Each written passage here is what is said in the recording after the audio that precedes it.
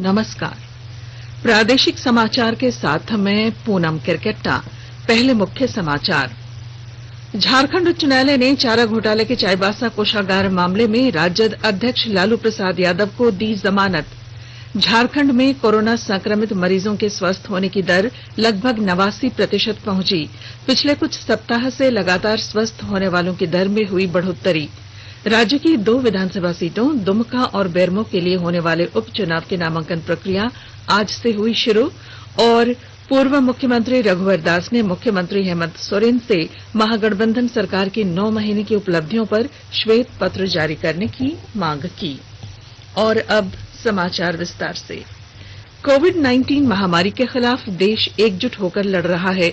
आप भी हमारे साथ सुरक्षा और बचाव के 3 आसान एहतियाती उपायों का संकल्प लें। मास्क पहनें, 2 गज की दूरी है जरूरी, सुरक्षित दूरी बनाए रखें, हाथ और मुंह साफ रखें। चाईबासा कोषागार मामले में लालू प्रसाद यादव को झारखंड उच्च न्यायालय से जमानत मिल गई है। श्री प्रसाद चारा घोटाले के 4 मामले में सजायाफ्ता हैं। चाईबासा कोषागार के 2 मामलों और देवघर कोषागार के 1 मामले में लालू प्रसाद को जमानत मिली है। दुमका कोषागार से संबंधित मामले में अभी उनकी ओर से जमानत याचिका दाखिल नहीं की गई है। इस मामले में लालू प्रसाद को सर्वाधिक 7 साल की सजा मिली है। चाईबासा कोषागार के जिस मामले में उन्हें जमानत मिली उसमें उन्हें 5 साल की सजा सुनाई गई है।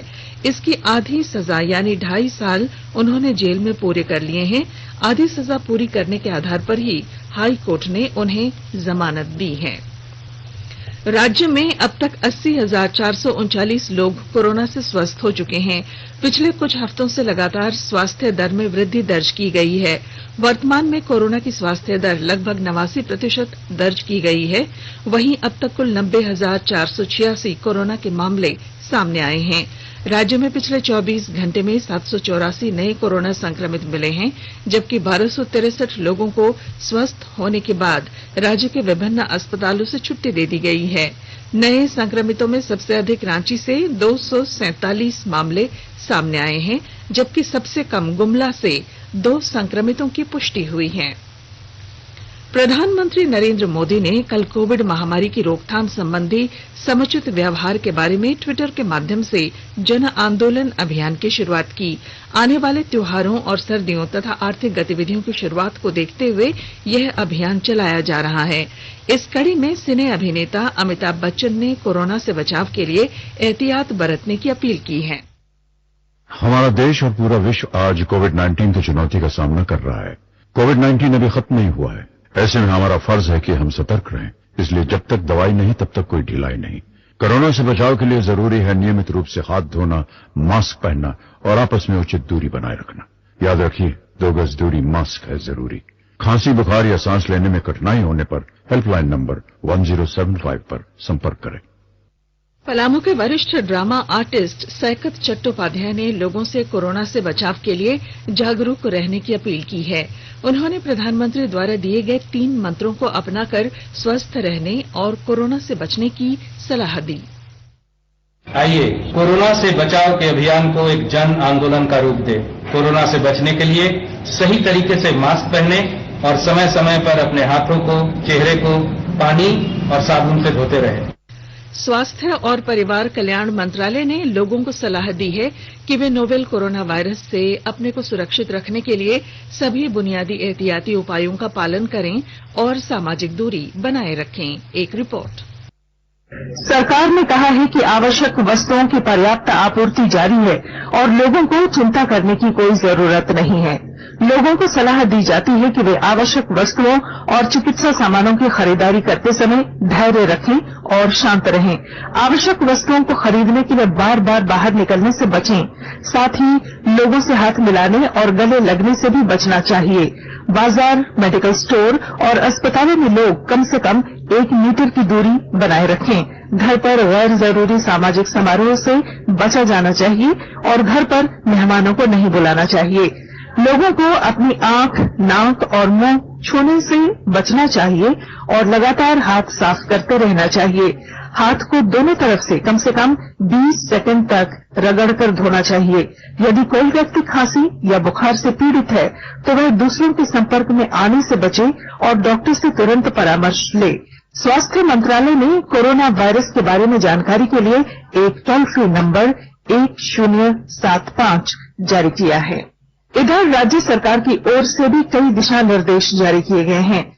इस सिलसिले में सरकार ने हेल्पलाइन नंबर 181 जारी किया है। सरकार ने कहा है कि कोरोना वायरस से संदिग्ध तौर पर संक्रमित कोई व्यक्ति पाया जाता है तो इसकी सूचना 0651 जो रांची का कोड है और टेलीफोन नंबर 2261-000 तथा 2261-002 के अलावा फैक्स नंबर 2261-856 और मोबाइल नंबर 9955837428 पर दी जा सकती है। आकाशवाणी रांची भी आपसे अपील करता है कि कोविड-19 के संक्रमण से बचने और अन्य लोगों को सुरक्षित रखने के लिए कृपया घर पर ही रहें और सरकारी दिशा निर्देशों का पालन करें।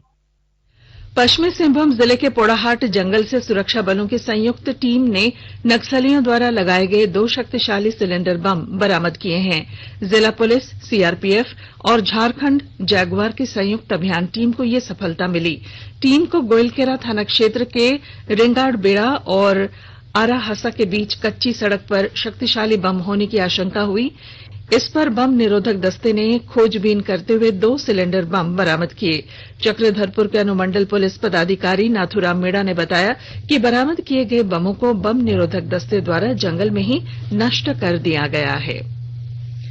राष्ट्रपति रामनाथ कोविंद और प्रधानमंत्री नरेंद्र मोदी समेत कई केंद्रीय मंत्रियों और नेताओं ने केंद्रीय मंत्री रामविलास पासवान को उनके नई दिल्ली स्थित आवास जाकर श्रद्धांजलि अर्पित की। इस दौरान प्रधानमंत्री ने केंद्रीय मंत्री के परिजनों से मुलाकात की।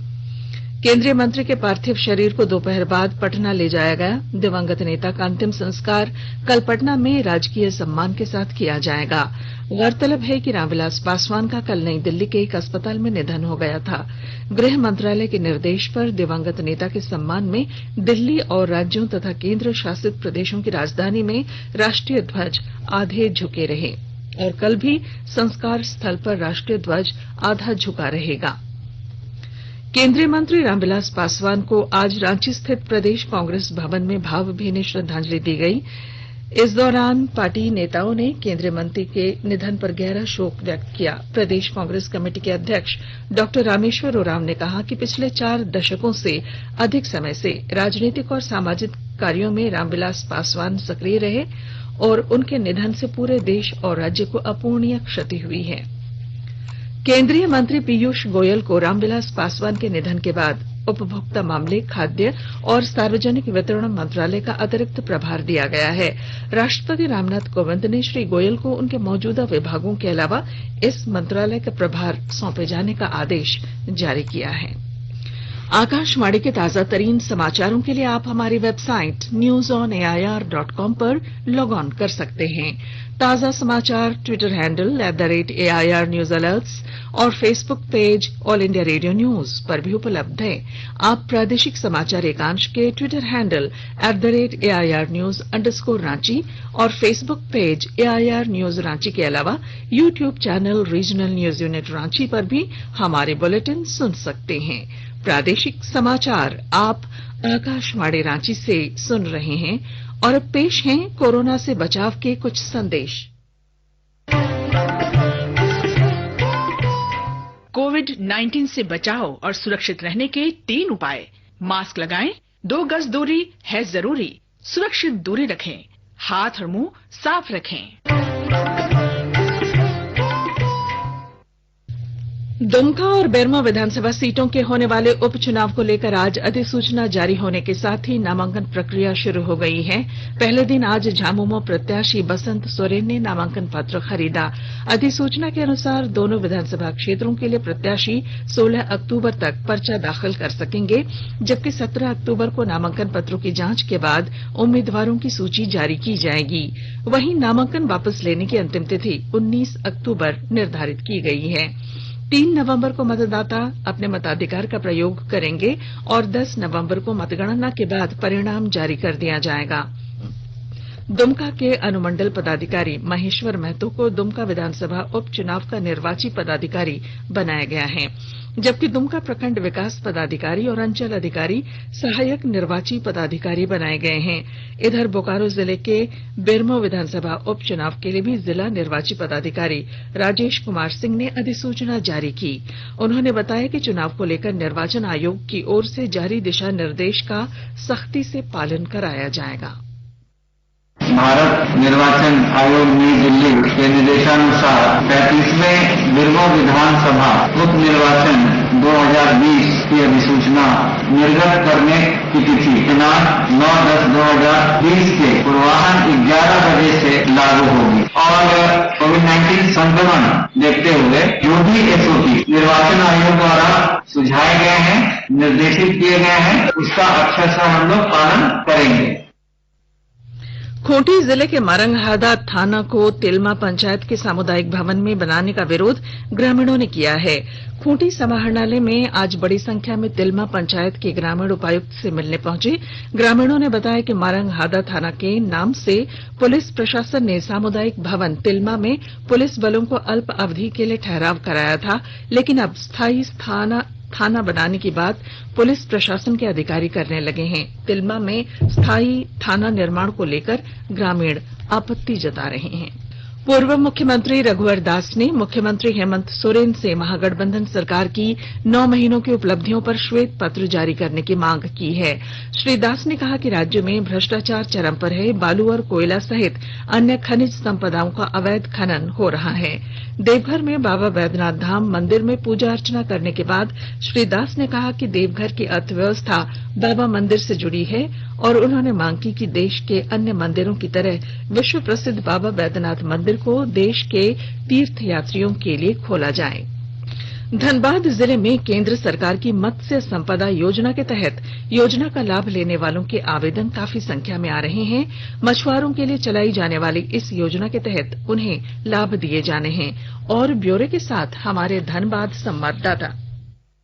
केंद्र सरकार द्वारा मछुआरों की आय दोगुनी करने के लिए लाई गई प्रधानमंत्री मत्स्य संपदा योजना में मत्स्य विभाग की ओर से धनबाद जिले के 32 आवेदन को अनुमोदित कर रांची मुख्यालय भेजा गया है। इन आवेदनों में रंगीन मछली, आइस फैक्ट्री, बायोफ्लॉक तालाब, मछली बिक्री केंद्र इत्यादि योजनाओं के लिए लोगों ने आवेदन किए हैं। प्रधानमंत्री मत्स्य संपदा योजना में मछुआरों के लिए 42 तरह की योजनाएं शामिल है। लॉकडाउन के कारण आय के साधन कम होने से इन योजनाओं में अच्छे खासे लोग दिलचस्पी दिखा रहे हैं। अजय कुमार सिन्हा, आकाशवाणी समाचार, धनबाद। सिमडेगा जिले के कुरडेग थाना के बरकोना गांव में एक शिक्षक से 2 लाख रुपए रंगदारी मांगने के आरोप में 3 लोगों को पुलिस ने गिरफ्तार किया है। जिले के पुलिस अधीक्षक डॉक्टर शम्स तबरेज ने बताया कि शिक्षक को फोन कर 2 लाख रुपए रंगदारी मांगी गई थी। आरोपी से पूछताछ के बाद 2 अन्य आरोपियों को भी इस मामले में गिरफ्तार किया गया है। भारतीय रिजर्व बैंक ने प्रमुख ब्याज दरों को बरकरार रखा है। रिजर्व बैंक ने आज मुंबई में अपनी द्वैमासिक मौद्रिक नीति की घोषणा की। रिजर्व बैंक के गवर्नर शक्तिकांत दास ने बताया कि रिवर्स रेपो दर पहले की तरह 3.35% और रेपो दर 4% पर बनी रहेगी। रांची में आईपीएल क्रिकेट लीग में ऑनलाइन सट्टा बाजार में खेलने वाले एक आरोपी को पुलिस ने गिरफ्तार किया है। गिरफ्तार आरोपी ऑनलाइन सट्टा बाजार लगाकर लोगों को रुपए जीतने का प्रलोभन देकर ठगी करता था। पकड़े गए आरोपी के पास से एक लैपटॉप, मोबाइल और पेन ड्राइव जब्त किया गया है। रांची के ग्रामीण पुलिस अधीक्षक नौशाद आलम को सूचना मिली थी कि रातू थाना क्षेत्र में आईपीएल क्रिकेट मैच के दौरान ऑनलाइन सट्टा लगाकर लोगों को प्रलोभन देकर उनसे ठगी की जा रही है। सूचना के बाद छापेमारी टीम आरोपी के घर पहुंची और उसे रंगे हाथों गिरफ्तार कर लिया गया। सट्टेबाजी के इस खेल को एक गिरोह नागपुर से संचालित कर रहा था। आरोपी के खाते से 1,14,000 रुपए जब्त कर लिए गए हैं। और अब बुलेटिन के आखिर में मुख्य समाचार एक बार फिर। झारखंड उच्च न्यायालय ने चारा घोटाले के चाईबासा कोषागार मामले में राजद अध्यक्ष लालू प्रसाद यादव को दी जमानत। झारखंड में कोरोना संक्रमित मरीजों के स्वस्थ होने की दर लगभग 89% पहुंची। पिछले कुछ सप्ताह से लगातार स्वस्थ होने वालों की दर में हुई बढ़ोत्तरी। राज्य की 2 विधानसभा सीटों दुमका और बेरमो के लिए होने वाले उपचुनाव की नामांकन प्रक्रिया आज से हुई शुरू। और पूर्व मुख्यमंत्री रघुवर दास ने मुख्यमंत्री हेमंत सोरेन से महागठबंधन सरकार की 9 महीने की उपलब्धियों पर श्वेत पत्र जारी करने की मांग की। और इसके साथ ही आकाशवाणी रांची से प्रादेशिक समाचार का ये बुलेटिन समाप्त हुआ। नमस्कार। घर में रहिए और सुनते रहिए आकाशवाणी।